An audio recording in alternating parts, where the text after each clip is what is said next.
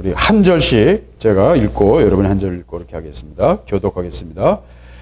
부활이 없다 하는 사두개인들이 예수께 와서 물어 가로되 모세가 우리에게서 주시를 사람에게 이 자식이 없이 아내를 부어주거든 그 동생이 그 아내를 취하여 형을 위하여 부산에서 죽이라 하니라.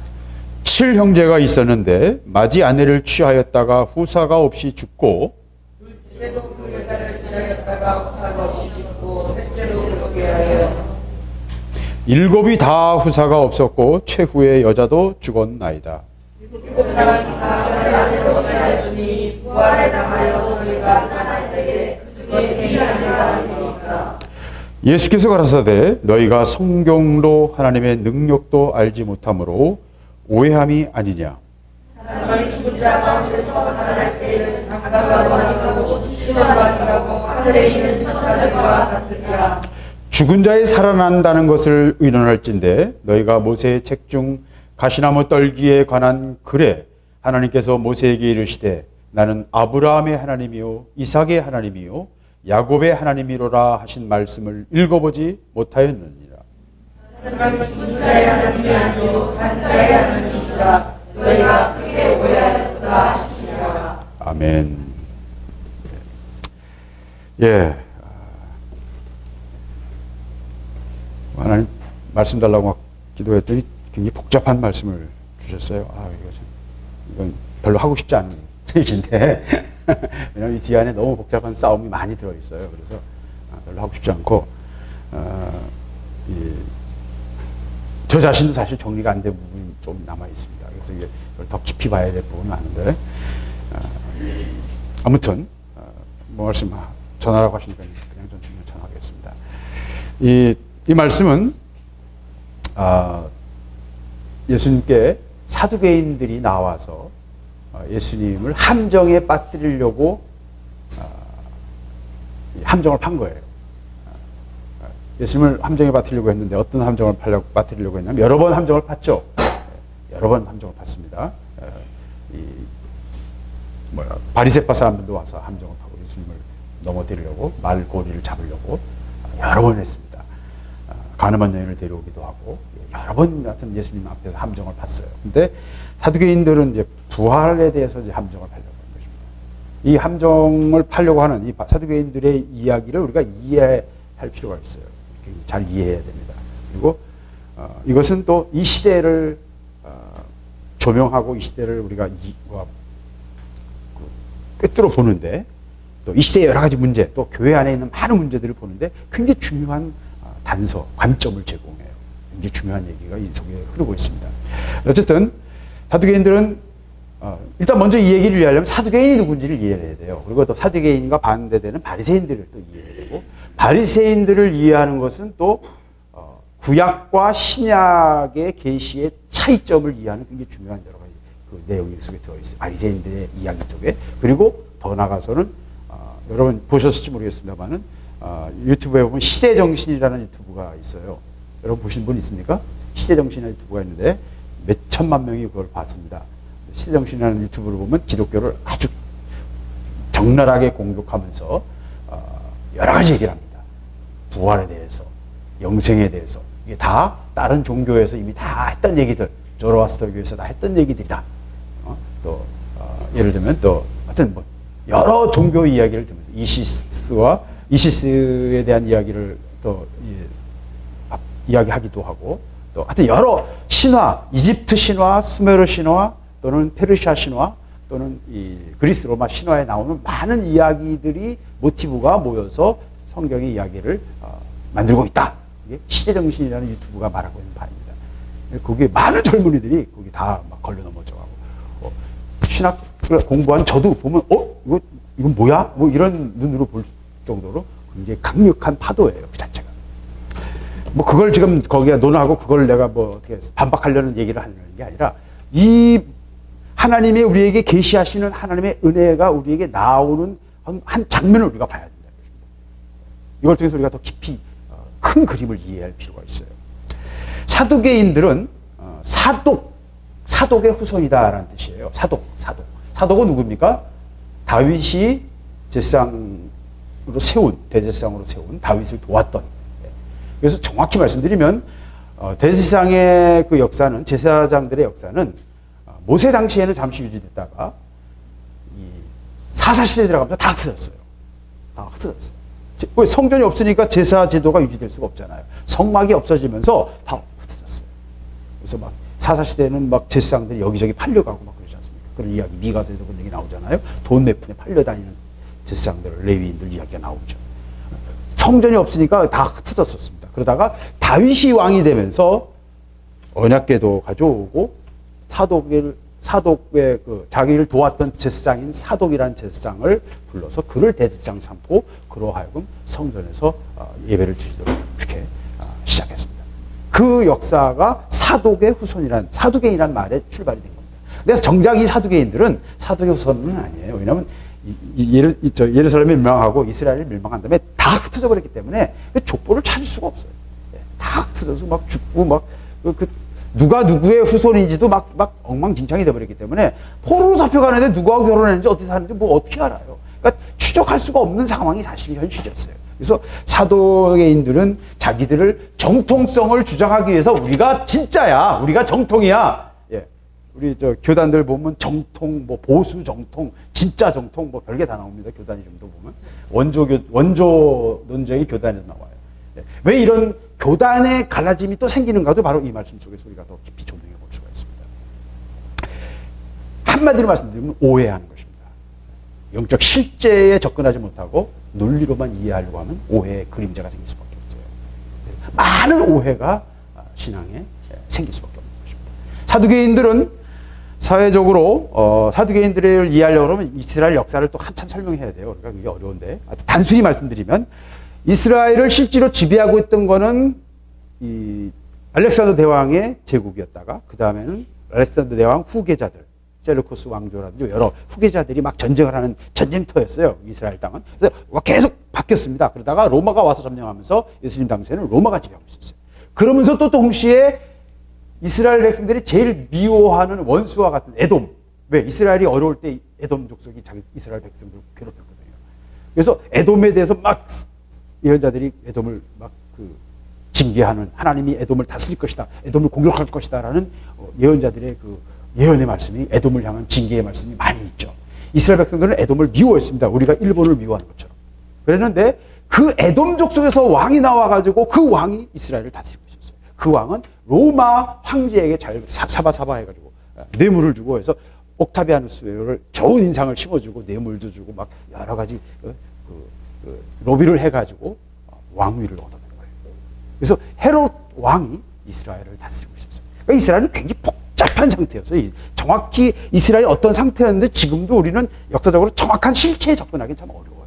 그래서 군사적으로는 로마권 하나 있고 또 헤롯 왕이 있고 이스라엘 그 고유한 자치 체제로서 대제사장의 명목상 수반이었어요. 행정 수반 역할을 했어요. 자치적인 자치 체제에서는 결정권은 총독이 갖고 있었지만 자기들의 내부 문제에 있어서는 결정권을 대제사장이 갖고 있었고 그 대제사장들이 대를 이어서 이어왔기 때문에 그거를 하스모니안 왕조라고 불렀어요. 왕은 아닌데 대제사장이 정치적인 수장이 되어 왔어요.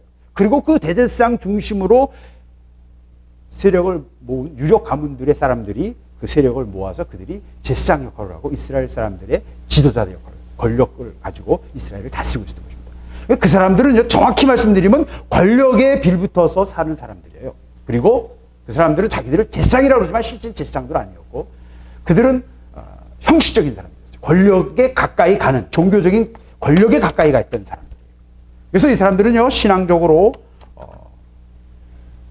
모세오경만 철저히 인정했어요. 모세오경. 그 외에 율법서들도 예언서들도 뭐 이사야 같은 대선지서들은 이제 인정했지만 일부 선지서들은 인정 안 하려고 했어요. 율법서만 진짜 하나님 말씀이다 라고 생각을 했어요. 그에 비해서 바리새인들은 이 율법서뿐만 아니라 구약 성경뿐만 아니라 장로들의 유전들, 우리가 미슈나라고 하고 또 우리가 이 탈무드 같은 거 우리가 잘 알고 있지 않습니까? 그런 랍비들이 성경을 해석하면서 썼던 많은 그 글들이 있습니다. 특별히 성경이 별로 없었을 때, 포로로 잡혀갔을 때 랍비들의 글을 통해서 신앙생활을 했거든요. 그래서 그 랍비들이 기록한 장로들의 유전도 성경처럼 중요하게 생각했어요. 그래서 예수님께서 손 씻지 않고 드시는 걸 막 비난하고 했던 이유가 장로들의 유전이 그만큼 권위 있게 생각했거든요, 바리새인들은. 그래서 예수님을 비난했던 것입니다. 예수님은 너희들이 사람의 교훈을 가지고 하나님의 말씀을 무시하고 오히려 뒤집는구나. 하나님의 말씀을 밟으면서 사람의 교훈을 중히 여기는구나 라고 바리새인들을 야단치셨죠. 예수님은 사두개인들의 현실주의자들, 이 사람들은 귀족 가문이고 지주들이었고 돈 많은 사람들이었고, 이 사람들의 신앙은요 형식적인 것이었기 때문에 하나님이 우리의 삶에 개입하셔서 우리를 도와주신다 뭐 이런 거 별로 믿지 않았어요. 바리새인들의 신앙이 우리에게 가까워요. 하나님이 우리의 삶을 개입하시고 우리를 도우신다는 믿음을 우리 바리새인들이 갖고 있었어요. 그리고 바리새인들은 하나님의 우리의 삶을 개입하시는 예정론을 믿었어요. 예정론의 출발은 바리새인들의 그 문서에서 출발됩니다. 물론 성경에서도 시작하지만 바리새인들이 그래서 나옵니다. 그래서 사두개인들과 바리새인들의 싸움이 이스라엘의 안에서는 굉장히 심각한 싸움이었고, 그들의 싸움이 가장 적나라하게 드러나는 게 산헤드린 공의회였어요. 70명의 의회가 민회가 그 대제사장을 보좌하는 일종의 원로원 역할을, 의회 역할을 하면서 여론들을 수렴해 주는데, 거기에 대다수는 사두개인들이었어요. 권력자들, 유력 가문들의 수장들. 이 사람들은 오경만 믿으니까 오경에 안 나오는 천사의 얘기, 부활 얘기, 사후세계, 심판 뭐 이런 거 다 안 믿었어요. 성경에 안 나오는 건 안 믿는 거예요. 성경에 그런 얘기 별로 안 나오잖아요. 구약에 보면 그런 게 잘 안 나오거든요. 그러니까 그런 거 하나도 안 믿었어요. 인정 안 했습니다. 그래서 오늘 부활을 가지고 꼬투리를 잡으려는 사두개인들이 부활에 관해서 이야기를 가지고 나온 이유가 바로 그들의 그런 신앙 속에 있는 거예요. 그리고 말씀을 가지고 예수님을 다시 얽어매기 위해서 부활에 대한 이야기를 모순됨을, 모세오경의 형사치수제도를 가지고 모순을 드러내려고 한 거예요. 그게 그들이 짠 설계도였어요. 그러니까 사두개인을 이해하지 못하면 이 이야기를 우리가 명확하게 드러나지 않죠. 근데 바리새인들은 그에 비하면 소상인들이었고 중산층이었고, 이 사람들은 신앙에 열심히 있는 경건주의자들이에요. 하시딤이라고 그래서 신앙에 열심히 있는 사람들이었습니다. 신앙이 막 중간에 타락해서 우리가 포로가 되었고 나라를 잃었다. 그러니까 우리가 열심으로 신앙을 회복해야 된다라는 그런 어떤 열심을 가진, 신앙의 특별한 열심을 가진 사람들이었어요. 그런 하시딤 중엔 여러 분파가 있는데 바리새파가 그 중에 하나였고, 그 외에는 뭐 SNF파도 있고 열심당도 그런 하시딤 속에 들어가는 일파였습니다. 열심당의 경우는 하나님을 모독하는 자가 있으면 칼로 죽여버리는 거예요. 하나님을 더러워지는 걸 우리가 참을 수가 없다. 목숨을 바쳐서라도 정결하게 해야 된다라는 하나님을 향한 열심이 막 특심한 사람들이 열심당이에요. 가룟 유다 같은 사람이 그런 사람들이었습니다. 그래서 이런 복잡한 그런 게 섞여 있는 상황 속에서 예수님께서 오신 거였고요.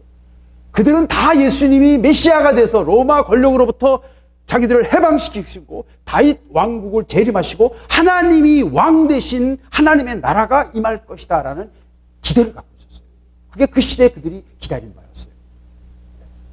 그런 소망 속에서 예수님을 맞아들인 것입니다. 이걸 우리가 이해할 필요가 있습니다. 자, 그랬을 때 그럼 바리새인들은 왜 천사를 믿고 부활을 믿고 사후세계를 믿고 심판을 믿고 영적 존재를 믿게 되었습니까? 구약에 안 나오는 얘기인데 이 사람들은 어떻게 이걸 믿게 되었죠? 예, 이제 시대정신이라는 유튜브에서 하는 말도 이제 그런 요 내용이죠. 그게 어디서 왔느냐는 겁니다.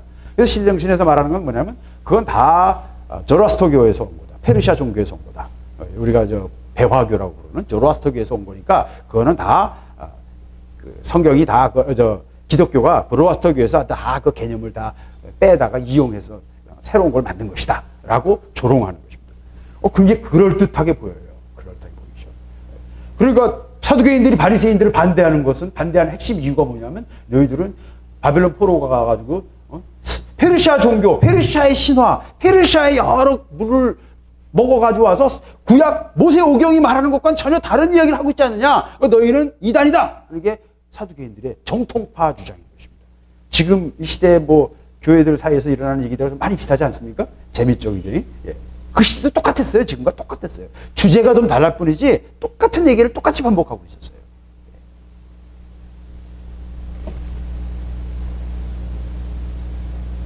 조로아스터교나 시대정신 얘기는 이제 나중에 좀 밀어놓읍시다.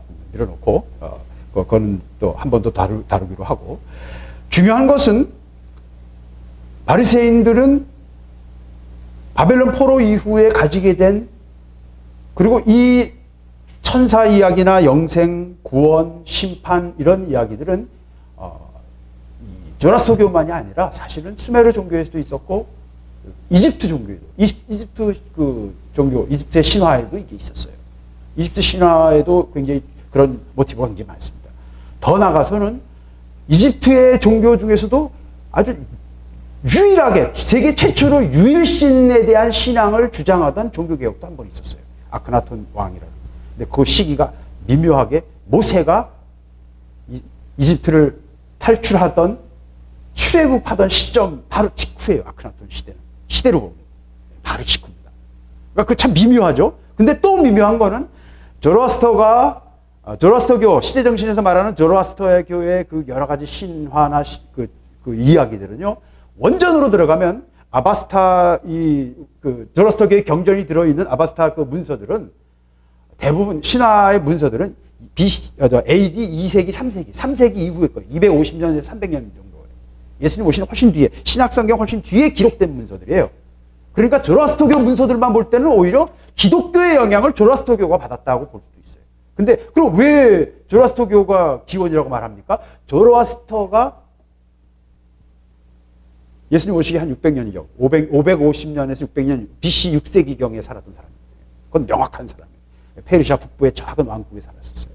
그러니까 명확하니까 그럼 조로아스터에게 영향을 받은 거 아니냐라고 이야기하는 거죠. 그러나 그걸 조금만 더 깊이 들여다보면 아주 명확하게 드러나요.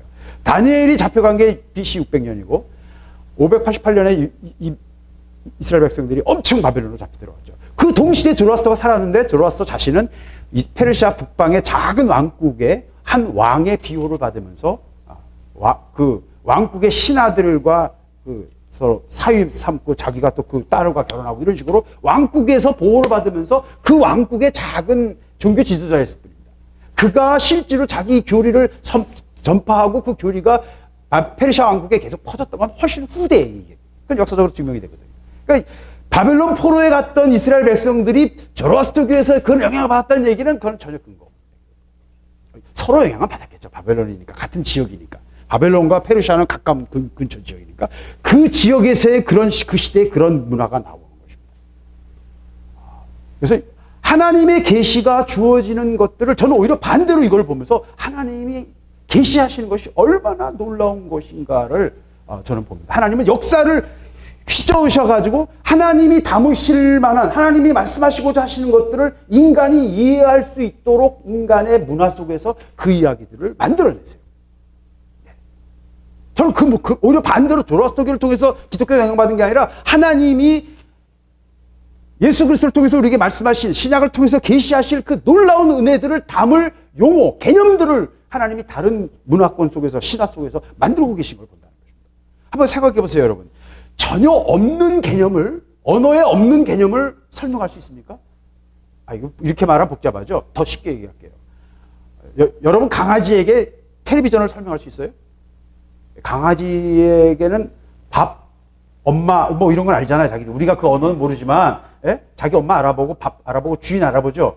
우리 집 마루는 가자 하는 말을 제일 좋아해요. 가자. 그럼 외출하는 거거든요. 하루 종일 갇혀 있다가 내가 가자. 그러면 바로 그냥 총알같이 튀어나. 뭘 먹든지 뭐 상관없어요. 그냥 총알같이 튀어나오면서 마룻바닥 막 발톱으로 긁으면서 미끄러지니까 뛰어가려고 내가 먼저 나갈까봐 막 쫓아나오는 거예요. 가자는 말을 알아듣죠. 몇 가지 단어는 알아들어요. 그러나 그 강아지에게 텔레비전을 설명하거나 강아지에게 이 세상에 우리 전기나 우리 여기 있는 어떤 것들을 설명하려고 그러면 강아지는 그걸 이해할 수 없습니다. 그 현상을 강아지도 같이 체험할 수 있어요. 텔레비전을 같이 강아지가 볼 수는 있어. 그러나 강아지를 이해할 수는 없어요. 그죠? 이해할 수는 없어요. 하나님이 우리에게 계시하시는 것도 비슷합니다. 하나님의 역사하심을 우리는 볼 수 있어요. 그건 어느 시대나 나타날 수 있어요. 그러나 그 말씀이 우리 안에 들어와서 우리가 그것을 이해하게 하려면 그 개념들이 생겨야 됩니다. 그릇들이 생겨야 돼요. 인간의 언어가 생겨야 되고요. 그래서 구약의 언어들은 보면요. 이 히브리어는 아주 굉장히 신기한 언어인데 히브리어는 굉장히 거칠고 사막의 베두인 족속들, 지금 말하면 그런 베두인 족속들의 언어예요. 그래서 굉장히 동적이고요. 그리고 모든 단어가 모래바람이 나으니까 단어가 입을 크게 벌리는 게 없어요. 입을 크게 벌리면 모래가 막 한 주먹이 들어가니까 모든 단어가. 그래서 모음이 약해요. 다 비슷비슷한 모음을 쓰고요. 이렇게 아주 짧은 모음을 사용하고요. 그래서 거의 그냥 이 자음만 보고 문맥을 가지고 이게 무슨 뜻이구나라고 그냥 해석해버려요. 모음을 거의 안 쓰죠. 그들의 문화에 독특함이 있어요. 그래서 구약의 모세오경을 보면서 우리가 그 시대를 그 유목민이고 또 동시에 반유목민, 일부 약간의 농경도 했지만 거의 유목민에 가까운 유목민의 삶의 그 거친 그리고 그 시대의 배경 1500년, 지금으로 3500년 전에 우리가 알고 있고 우리가 가지고 있는 개념으로 볼 때 그들은 원시인이에요. 그죠? 우리가 말하는 말의 95%를 알아듣지 못할 겁니다. 우리가 지금 SNS에서 사용하는 모든 용어들 그들에게 보여주면 이게 무슨 소리야. 그러니까 글자를 알아도 이해할 수 없을 거라는 겁니다. 불과 남북이 뭐 70년밖에 떨어지지 않았지만 북한 성도들이 남한에 있는 우리 성서공의 성경을 이해하는 게 너무 어렵대요. 70년 동안 언어가 변해가지고. 그래서 지금 북한어로 북한이 쓰는 용어로 성서를 번역해가지고 전달하고 있습니다.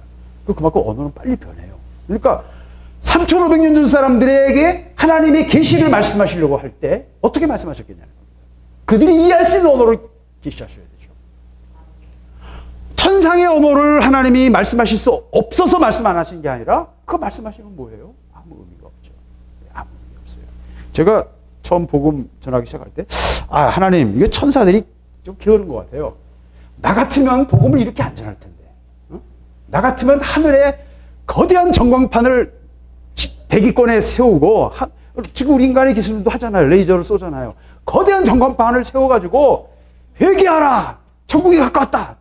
성경 구절 쓰고 그것이 계속 바뀌고 우리가 죄를 질 때마다 하늘에서 그냥 글자가 나타나서 야 너 지금 뭐 했지? 라고 우리 그냥 바로바로 지적하면 회개 안 할 사람 누가 있겠어요?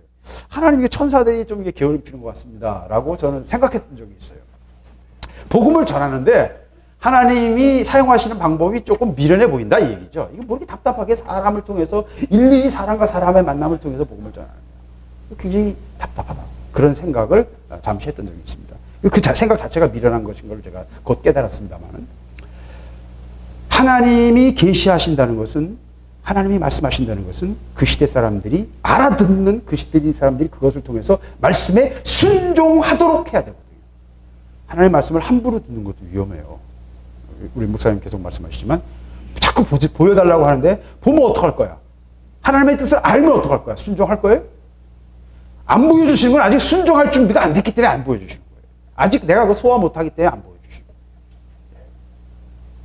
하나님 나라는 철저하게 오늘 말씀에도 계속 결론이 말씀하지만 너희가 하나님 말씀도 모르고 너희가 하나님의 능력도 모르기 때문에 오해하고 있다. 결론은 그 말씀이에요. 하나님의 나라는 머리로 이해되는 개념이 아니에요. 정보가 아닙니다. 하나님의 나라는 말로 설명할 수 없는 은혜예요. 그건 설명할 수가 없어요. 영적인 실체예요. 그건 1000가지 말로도 설명할 수 없어요. 그분을 체험해야 되는 거고 그분 속에 사로잡히는 거고 그분이 내 삶을 관통하는 것이고 하나님의 말씀 한 단어라도 그 말씀 속에 있는 깊이를 우리는 다 이해할 수 없어요. 하나님의 놀라운 지혜와 깊이와 하나님의 계획이 그 속에 들어있거든요. 그래서 한 단어조차도 우리는 그걸 제대로 이해할 수 없어요. 그래서 예수님께서 말씀하시기를 내 말이 땅에 떨어지는 것보다는 천지 한 획이 내 말 한마디가 땅에 떨어지는 것보다 천지가 없어지는 게 더 쉬울 거다. 예수님 말씀하셨죠. 하나님 말씀은 놀라운 것이고 하나님의 임재, 하나님의 능력은 하나님의 영광은 놀라운 거예요. 그것은 어떤 방법으로 전달될 게 아니에요. 체험되어야 되는 거예요. 그러나 필요할 때 필요한 말씀 하나님 하세요. 그래서 제가 깨달은 것은 성경에서 제가 굉장히 놀라운 것을 제가 깨달았는데 성경은 이거 다 아시는 얘기겠지만 성경은 구조 키트다. 라이프 세이프 키트예요. 무슨 말이냐면 내가 배에서 떨어졌거나 비행기에서 떨어지면 낙하산 타면 거기에 딱 붙어 있어요. 생존 키트가. 안 먹으면 안 되니까 물, 소금, 나침판 살아남기 위해서 그 사람이 어디 떨어졌지 모르지만 살아남게 하기 위해서 몇 가지를 넣어줘요. 성경은요 우리에게 모든 것을 설명하려고 하시지 않습니다. 예수님 오셔서 하나님 나라 설명 안 하셨어요. 한 번도. 그죠? 나 같으면 하나님 나라에 대해서 육하 원칙에 맞춰서 야, 장소는 여기고 방향은 이쪽이고 뭐 하나님 나라가 어떤 방식으로 존재하고 어떻게 하고 나 같으면 육하 원칙으로 이렇게 해서 탁 좀 알아듣게 설명해 주셨을 것 같아.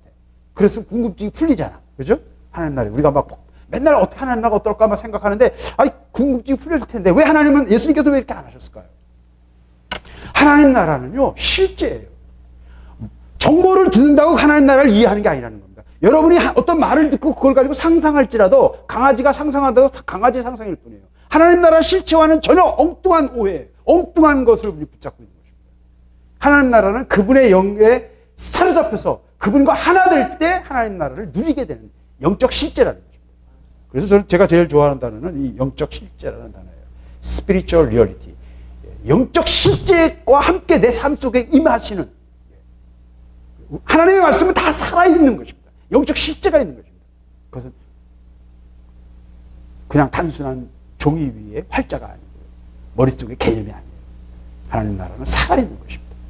그래서 오늘 사두개인들의 이야기, 바리새인들과의 이야기는 바로 그것을 말해주고 있어요.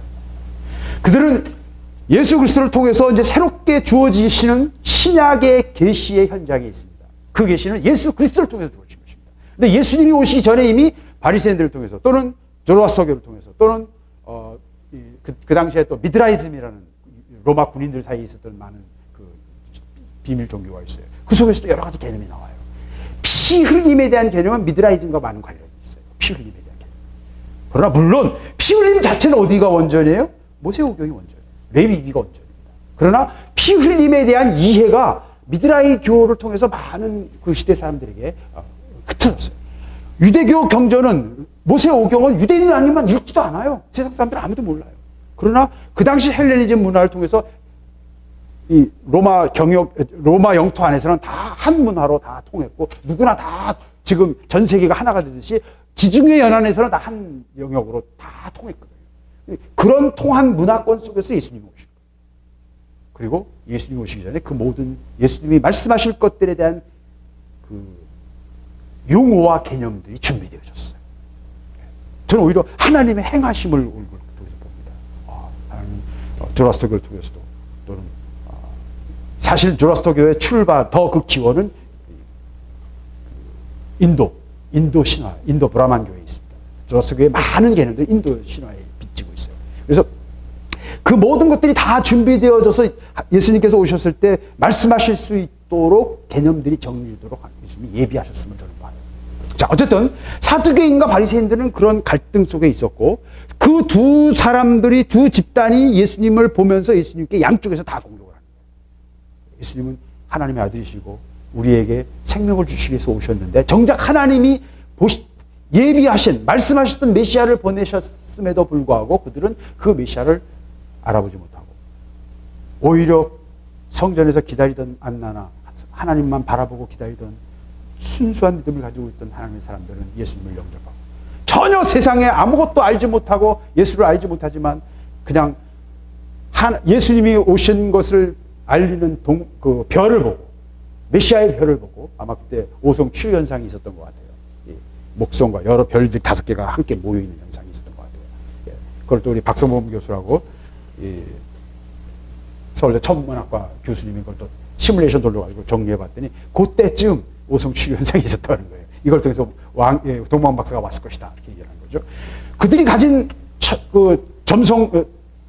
전성학이나 천문학은 신화였고 그들은 이방신을 섬기는 사람들이었음에도 불구하고 그 자연계시를 가지고 메시아가 오신 것을 그들은 봤어요. 그리고 인도 안 받고 예수님께 와서 경배했어요.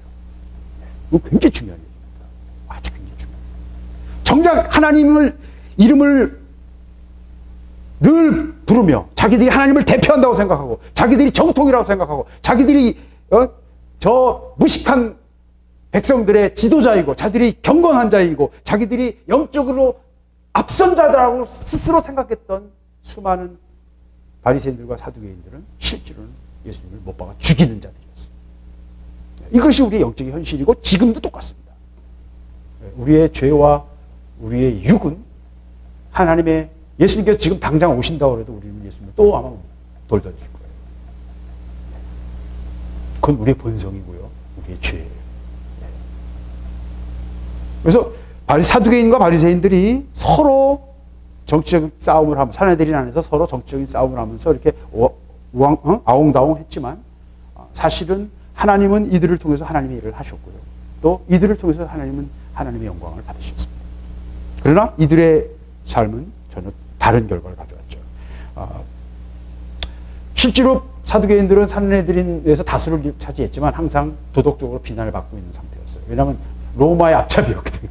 로마와 결탁해서 로마의 앞잡이 역할을 하고, 이 사람들이 원하는 것은 자기들이 가진 재산과 자기들이 가진 권력을 유지하는 것, 정치적인 안정을 유지하는 것. 그러니까 항상 로마에게 잘 보여서 야 조금 종교적으로 로마인들이 막 성전에 와서 무리하게 굴어도 문제만 안 나게 자 서로 합의를 잘하고 서로 조금씩 양보하고 자 문제만 나면 된다라는 식의 관리를 늘 하길 원했고, 바리새인들은 소수지만 항상 그들은 백성들이 그들을 존경하고 있었거든요.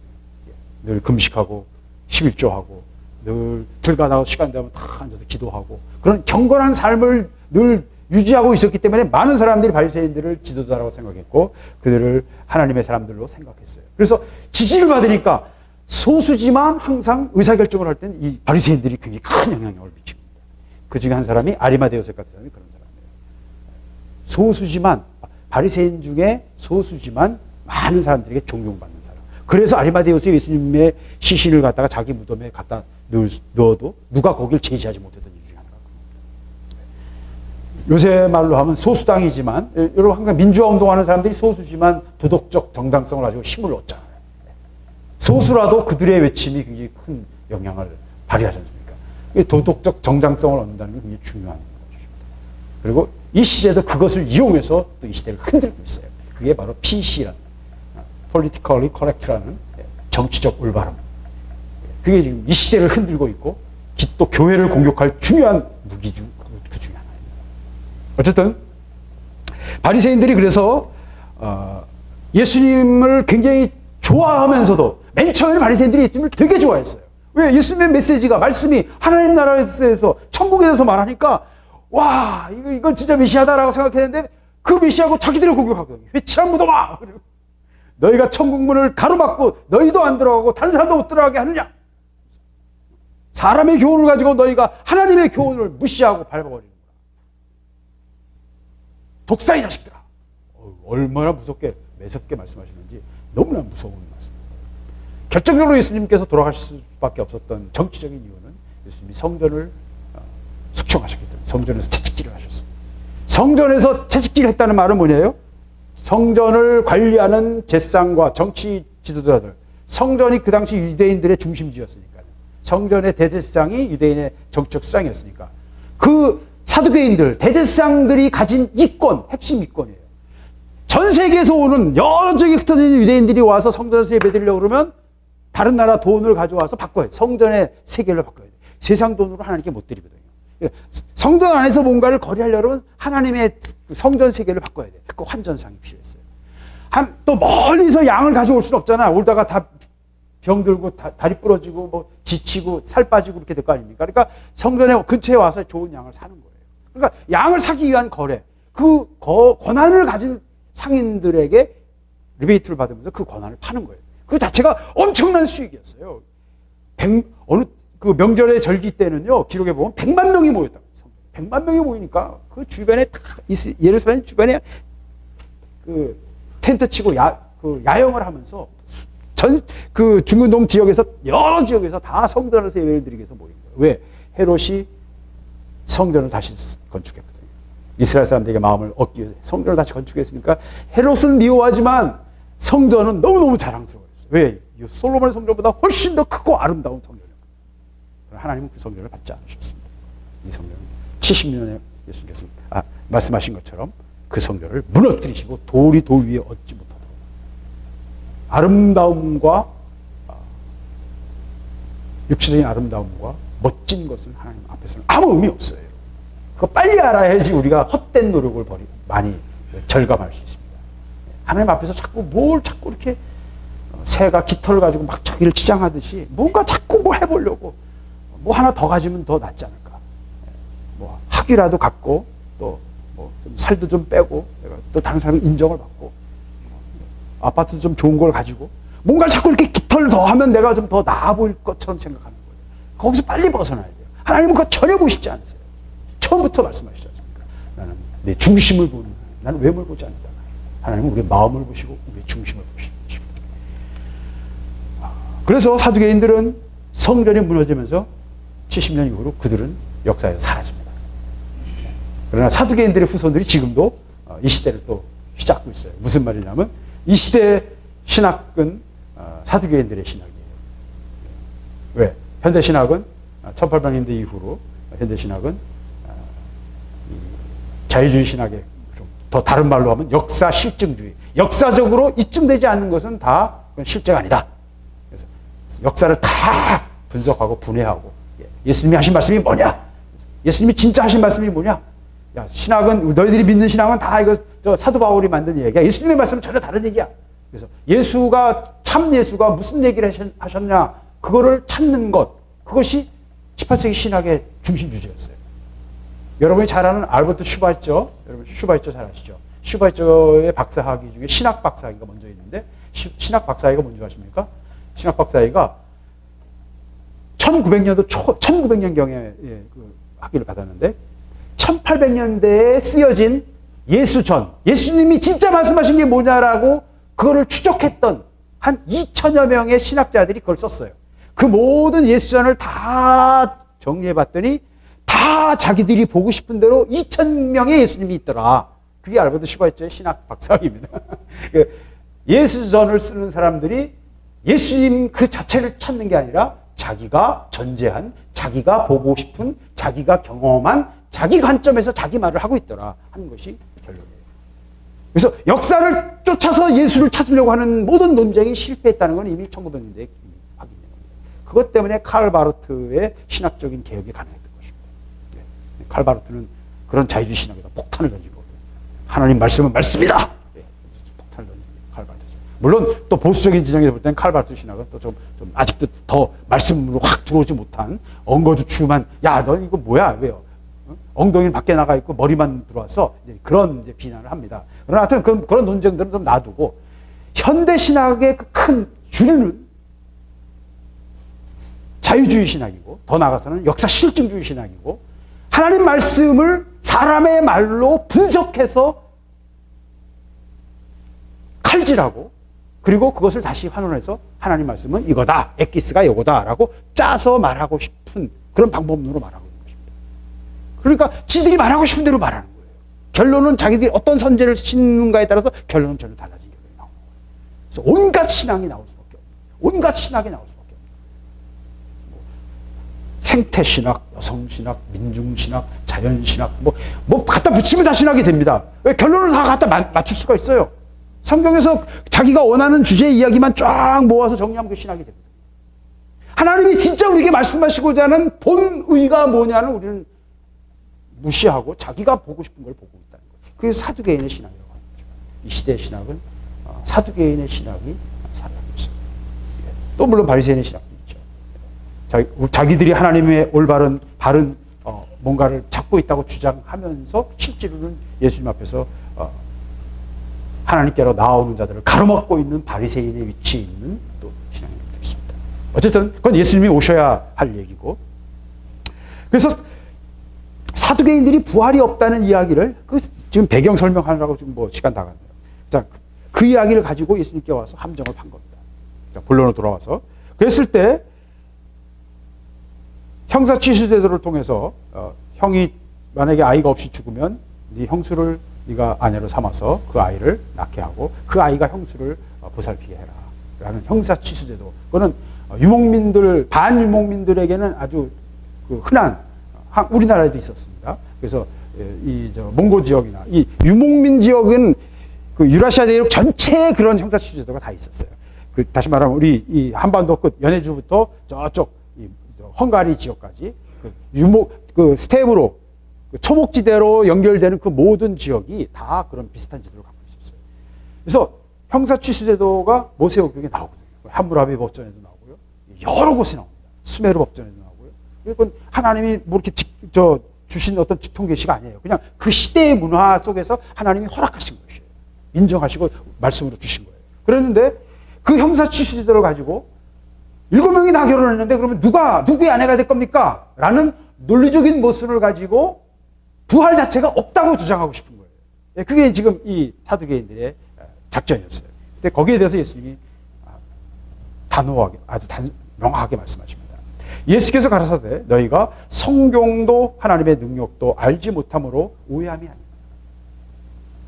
성경도 하나님의 능력도 알지 못함으로 오해하고 있다. 오해하는 것입니다.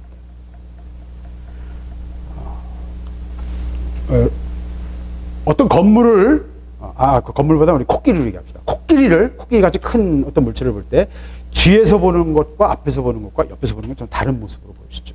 그렇죠? 그럴 수밖에 없습니다. 전혀 다른 모습입니다. 위에서 보면 좀 그래도 좀 더 입체적으로 보일 수 있을지 모르지만 그것도 역시 평면적으로 보일 수밖에 없습니다. 어떤 한 존재를 정확히 이해하기 위해서는 그 전체를 다 봐야 돼요. 종합해야 돼요. 그죠?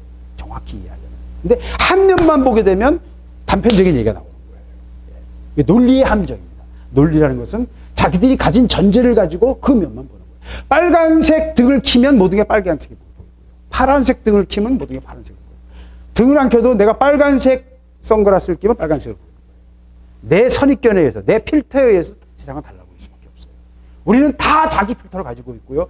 이 시대에 우리가 살고 있는 이 시대의 생각, 이 시대 사람들이 보편적으로 가지고 있는 시대정신이라는 필터를 가지고 있는 거예요.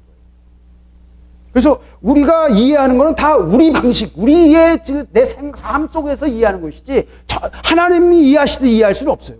영원히 그럴 수 없습니다. 이걸 먼저 인정을 해야 돼요. 완전한 것은 우리에게 주어질 수 없다. 우리는 항상 부분만을 안다. 성경이 말하는 것. 우리가 아는 것은 항상 부분이에요. 조각이에요. 우리는 완전한 것을 알려면 어떻게 해야 돼요? 하나님 앞에 가야 돼요. 하나님이 나를 아시듯이 내가 나를 분명하게 볼 수 있는 것은 하나님 앞에 가야 돼요. 그나마 우리를 자신을 알려면 어디로 가야 돼요? 하나님의 말씀 앞으로 가야 돼요. 그래서 너희가 말씀을 모르기 때문에 오해한다는 말씀을 하신 거예요. 말씀 앞으로 가면 우리 자신이 드러납니다. 히브리서 4장 12절에 보면 하나님 말씀을 뭐라고 말하냐면 하나님 말씀은 살았고 운동력이 있다. 하나님 말씀은 문자가 아닙니다. 하나님 말씀은 히브리어가 아니고요. 하나님 말씀은 한국어가 아니에요. 언어가 아니에요. 개념이 아니에요. 하나님 말씀은 그것이 표상하고 그것이 우리가 부를 때 성령이 감동하셔서 우리에게 마음을 움직이시는 하나님의 살아계시는 운동이에요. 여기는 기록된 문자지만 우리가 이걸 읽을 때 내 마음을 통해서 성령께서 우리 마음을 움직이시는 살아있는 하나님의 역사라는 거예요. 그래서 너희가 말씀도 모르고 하나님의 능력도 모른다. 하나님의 그 살아 움직이시는 역사도 이해하지 못하기 때문에 너희가 엉뚱하게 오해하고 있구나 라고 혀를 쭉쭉 차시는 겁니다. 하나님 말씀은 살아있습니다. 운동력이 있습니다. 하나님 말씀은 좌우의 날선 어떤 검보다도 예리해서요. 우리의 혼과 영을 갈라냅니다. 혼과 영을 갈라낸다는 말을 이해하기 참 어려워요. 혼이 뭐고 영이 뭔지 그것도 설명하려면 한참 걸립니다. 하여튼 혼이 다르고 영이 달라요. 혼은 우리의 지정이지만 영은 더 깊은 것, 우리의 삶의 방향을 정하는 것입니다. 다른 영이 들어오면 다른 방향으로 끌려가요. 그죠? 생각은 다 똑같은데 박사학위 받았고 내가 뭐 재산이 얼마고 얼굴이 얼마 잘생겼고 다 똑같아. 근데 다른 영이 들어오면 다른 사람이 되는 거예요. 그게 영이에요. 영은 그의 본질을 결정해요. 그의 뜻을 결정하고 그의 삶 전체를 관통하는 그를 끌고 가는 뭔가 있어요. 설명할 수 없는 것이 존재해요. 하나님이 우리에게 부르신 것. 하여튼 그게 뭔가 있습니다. 그랬을 때 영과 혼을 잘라내는 것은, 갈라내는 것은 사람의 논리로 불가능해요. 그래서 신학에서는 영과 혼을 구분하는 것을 무의미하다고 얘기해요. 신학은 그걸 설명할 수 없어요. 그래서 신학은 전인적이다. 인간은 영, 혼, 몸이 다 모여서 전인적인. 그럼 누가 몰라요? 전인적이야 인간이지. 그러면 죽은 사람은 인간이 아니지. 당연한 말을 하고 앉았어. 영혼 몸이라는 것은 인간 안에 인간이 존재 자체가 육체만이 아니고 뇌 안에서 발현돼서 계속 활동하고 있는 컴퓨터가 살아있는 동안 뭔가 움직이듯이 끄면 없어지듯이 뇌가 작용해서 뭔가 계속 하고 있는 것, 그게 우리가 정신이라고 그걸 생각이라고 그러는데 그 생각이 인간이고 동시에 그 생각 넘어 우리가 설명할 수 없지만 우리의 생각과 우리의 마음을 끌고 있는 영이 있다. 그리고 그 영이 우리 삶을 인도하도록 하고 그 영을 따라 사는 것이 그리스도인의 삶이다라고 하는 것이 예수님이 하시는 우리에게 주신 메시지예요. 그래서 그 영을 따라 살라는 것입니다.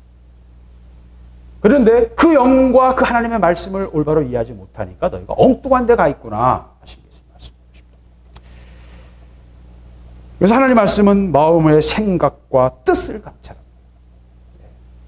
우리 속에 있는 것들요, 우리가 아무리 말을 교묘하게 뭐 그럴듯하게 명분을 갖다 붙여도요, 우리 속에 있는 뜻을 하나님은 아세요. 뜻을 아세요. 너무나 잘 아세요. 그걸 갈라내는 건 하나님 말씀만 갈라내요. 자기도 자기가 속아요. 말씀을 찾고 읽다 보면 말씀 앞에서 갈라지거든요. 말씀이 우리를 드러내거든요. 그래서 마음의 생각과 뜻까지 다 감찰하시고요. 내 숨은 의도까지 다 아시요. 내 속에 아무도 모르고 나 자신도 생각하지 않았던 내 속에 있는 은근한 것들을 아세요. 제가 첫 메시지를 보면서 내 속에 이 은근한 교만, 은근한 그 자부심. 응? 내가 그래도 뭐 지금은 이러지만 한때는 잘 나갔단 말이야. 이런 그런 마음, 그게 내 말과 표정에 다 나오더라고요. 내가 보면서 아이고 아버지, 아이고 아버지, 제가 더 굴러야 되나 봐요. 제가 말 함부로 하면 안 되니까 제가 그런 말을 하고 싶지 않지만, 참 제가 그런 생각을 했습니다. 숨은 것까지 다 드러납니다. 하나님 말씀 앞에서. 그래서 지으신 것이 하나라도 그 앞에 나타나지 않는 것입니다. 하나님 말씀 앞에서 다 드러납니다. 만물이 벌거벗은 것처럼 드러납니다. 하나님 말씀이 모든 것을 드러내고 관통하고 엑스레이처럼, 엑스레이 앞에 우리 뼈가 다 드러나듯이, MRI를 찍어야 뇌에 뭐 혈관이 터진 거 다 드러나듯이, 하나님 말씀이 우리 삶을 전체를 다 드러내는 거예요.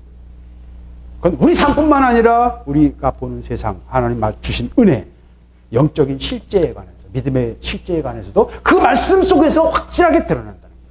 그리고 그건 말씀만 갖고 되지 않아요. 그 말씀은 아까 말씀드린 것처럼 영 안에서, 하나님의 능력 안에서 살아있는 실제이기 때문에, 운동하는 것이기 때문에 그 능력이 나를 사로잡고 있어야 돼요. 말씀만 붙잡고 있으면 그 말씀이, 저는 그래서 저게 하나의 습관이 있는데, 저는 성경 말씀을 너무 귀히 여기기 때문에 다른 것이 이렇게 올라가 있는 건 저는 절대 보지 못해요.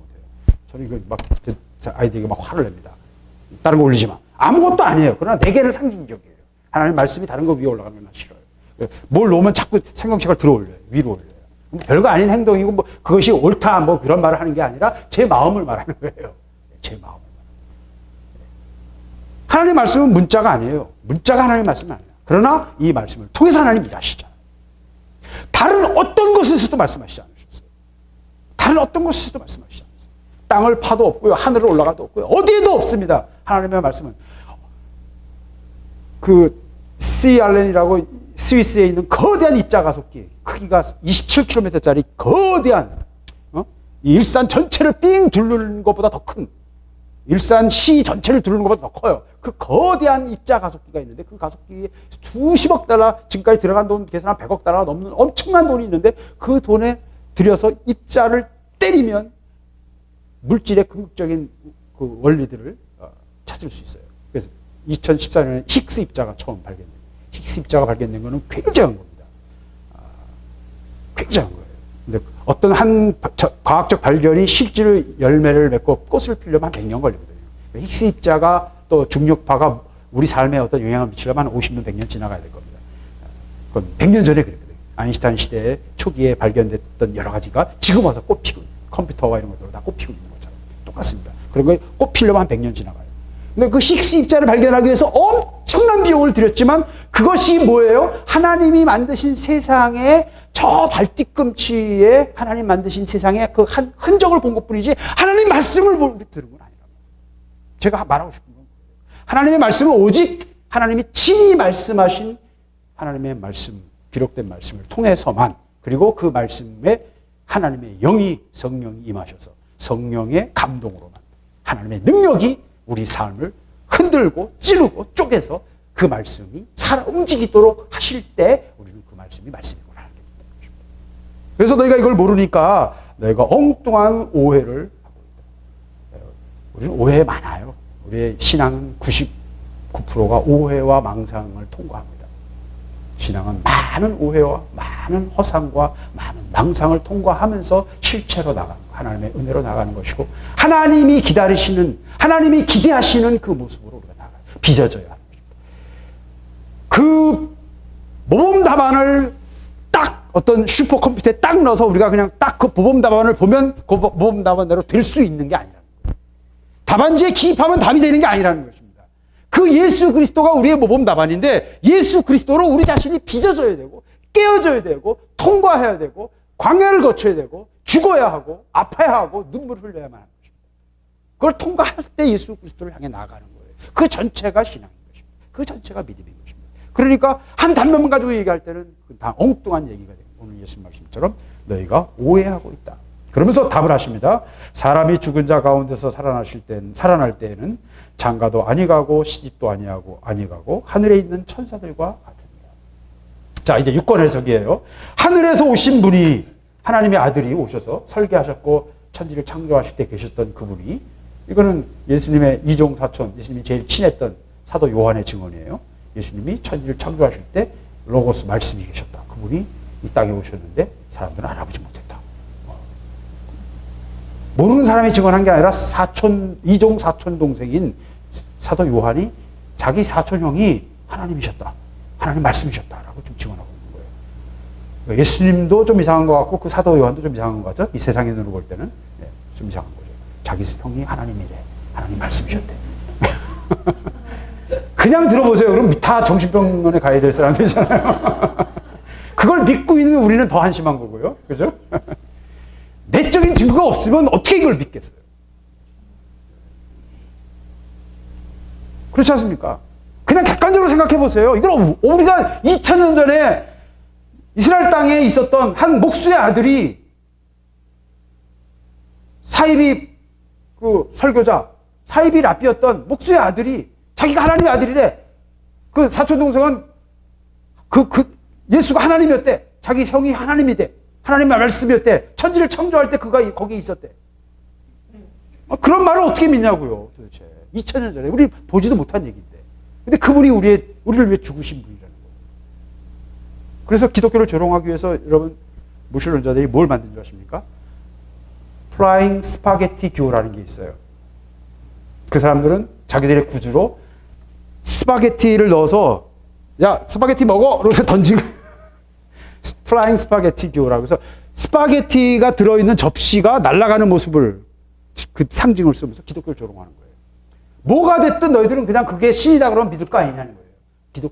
그리스도인들을 조롱하는 것이죠. 지금 이 시대가 그런 시대인 것입니다. 뒤집어 보면 그들이 누리고 있는 자유와 지금 그들이 누리고 있는 한 7, 80%가 다 그 기독교 정신에서 나온 결과예요. 민주주의와 시장 경제와 이 풍요로움과 이 모든 것들, 이 열매가 사실은 추적해서 보면 다 기독교의 사상에서, 기독교 정신에서 나온 열매들을 지들이 누리고 있으면서 이제 그런 헛소리를 하고 앉아있는 것입니다. 심판받을 수밖에 없어요. 지금 하고 있는 정도를 보면요, 소돔과 고모라를 지금 넘어가고 있어요. 넘어가고 있습니다. 하나님 심판할 수밖에 없습니다. 자, 그래서 예수님이 유권 해석을 하시는데, 사람이 죽은 자 가운데서 살아날 때에는 장가도 가지 않고 시집도 가지 않고 하늘에 있는 천사와 같다. 그러면서 이 모습을 예수님은 직접 보여주셨죠. 부활하신 몸, 첫 열매. 그 예수님의 몸은 제자들이 다 다락방에 숨어서 문을 잠그고 누가 들어올까 봐 사람 없는 것처럼 조용히 있으면서 예수님이 돌아가셨으니까 이제 어떡할 거냐라고 의논하고 있을 때, 물론 그때 이제 부활하셨다 그러고 시체가 없어졌다는 거죠. 예수님 시체가 없어졌다. 이거 어디 가서 찾을 거야. 뭐 의논하고 있을 때 예수님께서 문이 다 잠긴 상태에서 그냥 들어오셨어요. 예. 엠마오로 가는 제 두 제자도 눈앞에서 같이 먹고 이야기하다가 고개 들어보니까 안 계신 거예요. 뭐예요? 순간 이동. 예. 저는 부활하면 그게 제일 재밌을 것 같아요. 순간 이동. 원하는 곳에 갈 수 있어요. 그러면서 목성에도 좀 가보고, 태양 속에도 좀 들어가 보고, 좀 그럴 수 있으면 좋겠어요. 어쨌든 부활하신 몸은 전혀 다른, 지금 자연 질서를 갖지 않는, 사도 바울이 말했던 썩어짐의 종로로 타는 그 피조물의 질서 가운데 있는 육체가 아닌 썩지 아니하는 몸을 예수님은 직접 첫 열매로 보여주셨고, 그 부활의 몸이 우리가 누리게 될, 천사들처럼 누리게 될 것입니다. 그러나 천사는 아니에요. 육체를 가졌어요. 육체를 가졌지만 영적인 존재가 돼요. 그래서 천사들이 부러워하는 것입니다. 전혀 다른 존재가 되어버린다. 그러면서 계속해서 말씀하시기를 죽은 자의 살아난다는 것을 의논할진대 너희가 모세의 책 중에 가시나무 떨기에 관한 글에 하나님께서 모세에게 이르시되 나는 아브라함의 하나님이요 이삭의 하나님이요 야곱의 하나님이라 하신 말씀을 읽어보지 못하였느냐. 하나님은 죽은 자의 하나님이 아니요 산 자의 하나님이시다. 우리는 이 말의 어떤 그 임팩트, 이 말이 어떤 의미로 어떻게 그 사람들에게 다가왔는지 우리는 히브리어를 모르기 때문에 잘 공감이 좀 어려워요. 근데 무슨 말이냐면 모세에게 하나님께서 나타나시지 않습니까? 제가 볼 때 성경에서 가장 큰 계시 중에 하나가 예수 그리스도께서 물론 가장 큰 계시지만 그 앞에서 성경이 우리에게 보여주는 객관적으로 분석할 수 있는 가장 큰 계시 중에 하나가 하나님이 천지를 창조하셨다는 주장과 두 번째 그 떨기나무 가운데 나타나셔서 내가 그러라. 나는 스스로 있는 자다. 나는 자존자다라는 선언, 말씀을 모세에게 하셨어요. 자존자라는 이야기를 한 신화를 다 뒤져보세요. 자존자라는 개념은 나오지 않습니다. 유일신 개념도 없어요.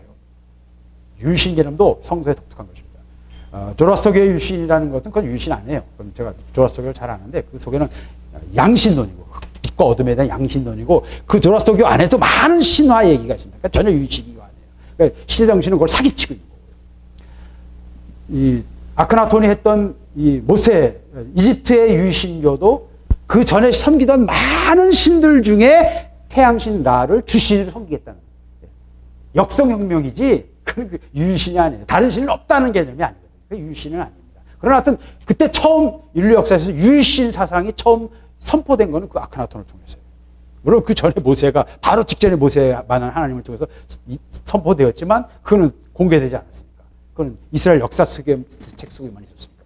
그러니까 연대기를 볼 때는 아크나톤의 그 유일신 이야기가 더 먼저입니다. 그래서 객관적으로 종교학자들은 아크나톤의 유일신 그 신화, 그 신앙이 이 최초의 유일신 사상이다 이렇게 말하긴 합니다. 그러나 그건 정확히 말하면 유일신 사상이 아니에요. 하나님 외에는 아무것도 없다. 다른 건 다 피조물이고 다 인간이 만든 허상이다. 라는 게 성경이 말하는 바이고 이사야가 말하고 있는 바인데 다른 종교들의 유일신은 전혀 그런 개념이 아니에요. 다른 많은 신들 중에 탁월한 신이라는 개념의 유일신이지 전혀 그런 개념이 아닙니다. 그래서 하나님 한 분 스스로 계신다라는 주장을 한 신화, 인간이 말했던 모든 이야기 속에서 이 인간의 시간과 공간과 물질과 상관없이 스스로 존재하는 존재라는 개념 자체가 모세 앞에서 하신 이 말씀이 처음이에요. 그래서 철학적으로 또 그냥 뭐 철학이니 뭐 이런 거 설명하지 않아도 가장 막 놀라운 말씀이죠. 놀라운 말씀. 왜? 모든 존재는 뭔가를 의존하고 원인과 결과를 다 가지고 있어요. 다 아버지가 있고 엄마가 있죠. 내가 있기 전에 뭔가가 존재해요. 그러나 하나님은 스스로 계신 거예요. 이 우주를 만드신 분이고 시간과 공간을 만드신 분이에요. 그분은 이 모든 우리가 살고 있는 이 세상과 분리되신 분. 그걸 초월이라고 해요. 초월하게 계신 분. 우리와는 상관없이 이 속에 계신 어떤 것이 아니라 그 밖에 계셔서 우리를 만드신 분이라는 거예요. 그건 굉장히 놀라운 것입니다. 자, 그래서 그 장면을 지금 예수님이 말씀하시는 거예요. 떨기나무. 그 떨기나무에 불이 붙었는데 떨기나무가 불탔으면 사그러져서 없어져야 되잖아요. 근데 불타면서도 떨기나무는 생생하게 살아있어. 이게 뭐야? 야, 굉장히 신기하다. 그리고 모세가 그를 가까이 가려고 할 때 하나님이 말씀하셨어요. 하나님의 임재하심을 통해서 하나님이 말씀하셨어요. 자기 자신을 나타내시는데 나는 아브라함의 하나님이요 이삭의 하나님이요 야곱의 하나님이라. 이렇게 말씀하시더라고요. 그러면서 예수님께서 뭐라고 그러시냐면 죽은 자의 하나님이 아니요 산 자의 하나님이시다. 왜 이런 말을 하셨을까요? 이 말이 무슨 의미입니까? 히브리어는요 시제가 과거, 그러니까 히브리어라는 단어, 고대 언어가 우리처럼 현대어처럼 이렇게 정밀한 시제를 갖고 있지 않아요. 시제가 뭐 현재, 미래, 과거, 진행, 뭐 과거 분사 뭐 복잡하잖아요. 현실이 그렇게 이루어지니까. 근데 히브리어는 전혀 그렇지 않아요. 히브리어는 동사 중심의 언어예요. 동사 중심의 언어이기 때문에 살아 움직이는 언어. 아까 말한 것처럼 모래바람 부니까 긴 말 못해요. 입 크게도 못 벌려요. 그냥 짧게 말하고 그냥 쉽게 말하는 거예요. 그러면서 동사, 간다! 어디로? 뭐 이런 식으로 아주 단순한 말이에요. 고대어예요, 고대어. 그리고 아까 말한 것처럼 사막 바람 속에서 하는 짧은 말이에요. 그러니까 히브리어는요, 과거, 미래 뭐 이런 개념이 없어요. 없는 건 아닌데 과거는 완료로만 존재하고 미래는 미완료로만 존재해요. 동사의 미완료면 그게 미래. 아직 계속 진행 중인 것. 과거는 완료됐으니까 끝났으니까 이제 그건 끝난 것. 동사의 완료와 미완료로만 진행돼요. 그런데 이 아브라함의 하나님이요라는 말은 내가 지금 아브라함의 하나님이다. 정확히 말하려면 어떻게 말해야 돼? 내가 네가 지금으로부터 몇백 년, 400년, 500년 전에 500년도 더 됐죠? 한 600년 전에 내가 아브라함의 하나님이었다라고 말을 하셔야 정확한 문법적 현대어 한글 문법의 정확한 표현이 될 거예요. 내가 이삭의 하나님이었었다 이렇게 말씀하셔야죠. 근데 나는 아브라함의 하나님이요, 이삭의 하나님이요, 야곱의 하나님이다. 나는 죽은 자의 하나님이 아니다. 산 자의 하나님이다. 또 다른 말로 제가 얘기합시다. 여러분 태어날 때 사진, 돌사진 다 갖고 계시죠? 돌사진 다 예쁘잖아요. 그죠? 돌사진도 있고, 또 학생 때 사진이 있고, 우리 오늘 수련회 가서 학생 교복 입고 사진 찍으신 거 제가 보면서 많이 웃었는데, 교련복이 참 그립더라고요, 옛날에. 근데 어쨌든, 그런 학생 시절 사진이 있고, 나이 들어서 결혼할 때 사진이 있고, 많은 사진을 찾을 수 있어요. 그러면 여러분, 제가 한번 질문하겠습니다. 제가 얼마 전에 한번 돌아가셔서 90세 된 전사님 어머님이 돌아가셔서 제가 입관 예배를 해드렸는데 너무 고운 얼굴로, 밝은 얼굴로 돌아가셨어요. 그래서 마지막 이제 입관하면서 예배를 드리면서 막 소망을 가지고 이제 크게 은혜를 주셨는데 그 모습을 우리가 볼 수도 있죠. 90세 노인네에 입관하신 모습도 우리가 볼 수 있어요. 자, 그럼 나는 어느 게 진짜 나예요? 어느 게 하나님이 보시는 나일까요?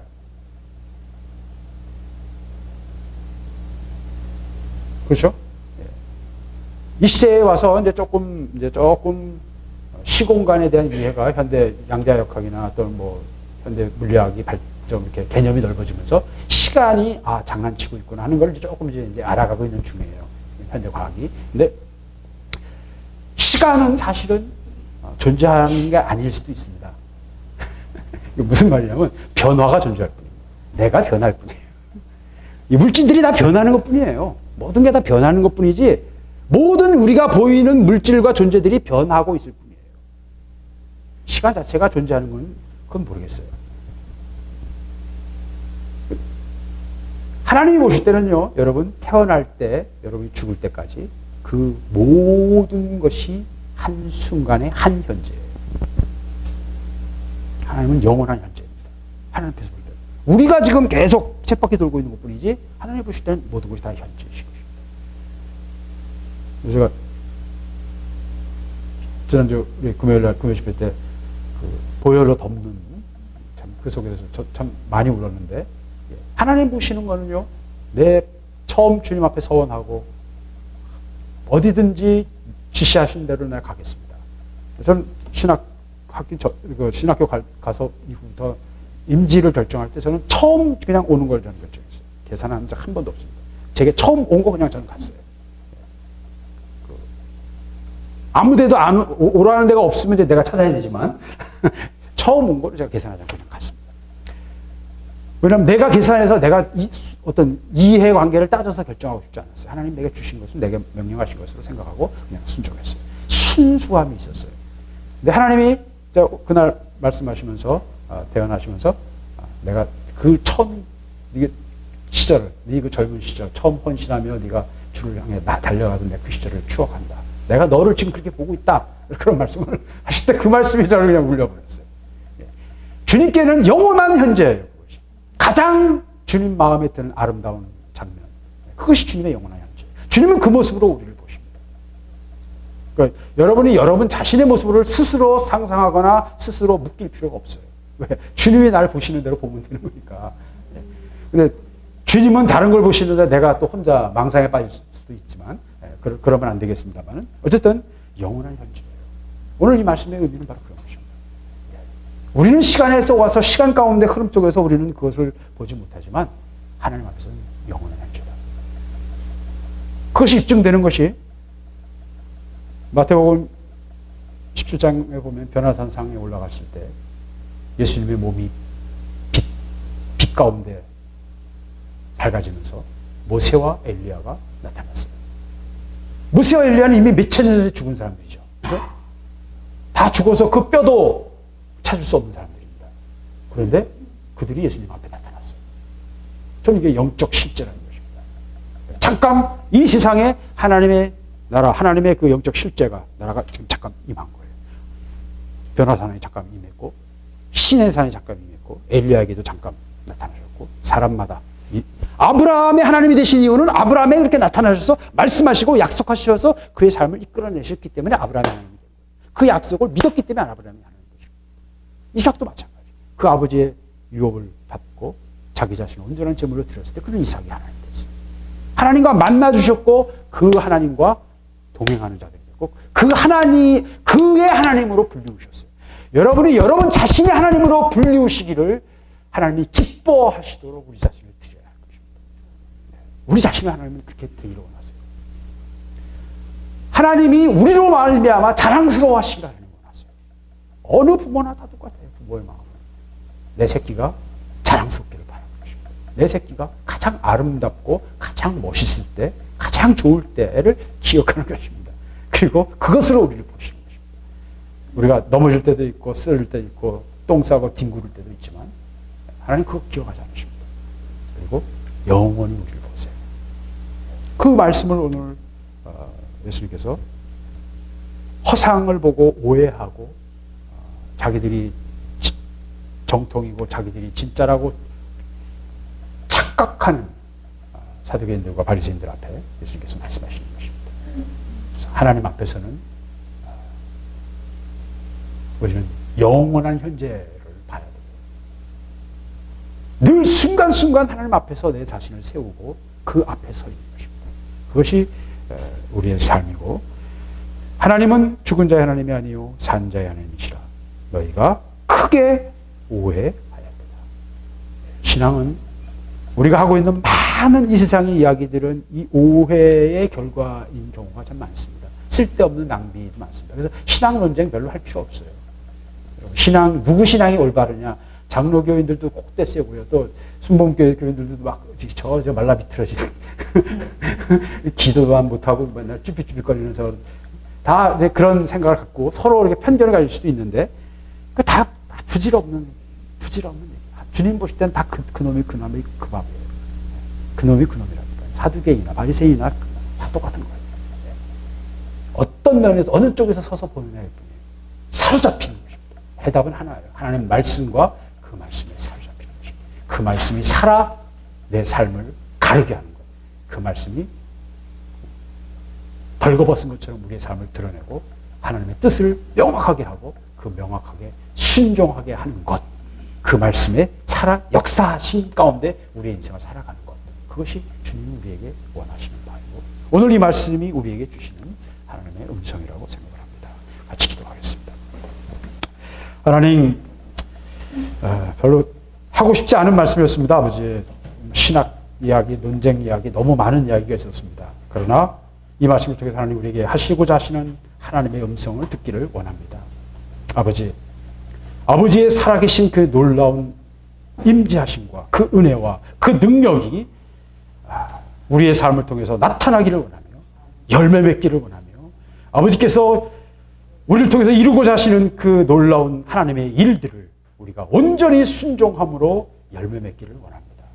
아버지, 이 마지막 때에 추수할 일꾼이 없어서 발을 동동 구르시는 그 주님의 마음을 우리가 알게 하시고 아버지, 이런 이유로 문기적거리고 저런 이유로 문기적거리며 사역에 임할 준비가 안 되며 전투에 임할 준비하지 못하며 미련을 버리지 못하고 자기 일에 묶여있는 우리의 모습을 보며 안타까워하시는 주님의 그 마음을 우리가 알기를 원하며 아버지, 주의 은혜로 우리 자신을 드리며 헌신하며